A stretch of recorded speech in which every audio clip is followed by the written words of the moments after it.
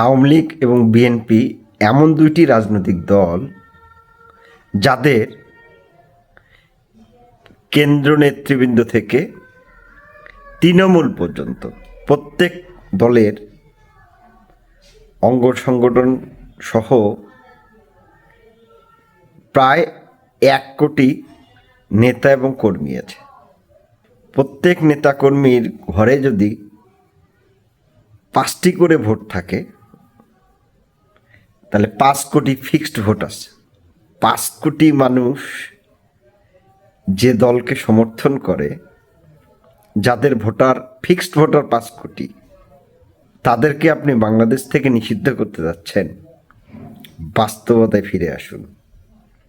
অবাস্তব কল্পনা করাই যায়, বাস্তবতা সম্পূর্ণ ভিন্ন। আওয়ামী লীগের সঙ্গে টক্কর দিতে পারে একমাত্র বিএনপি।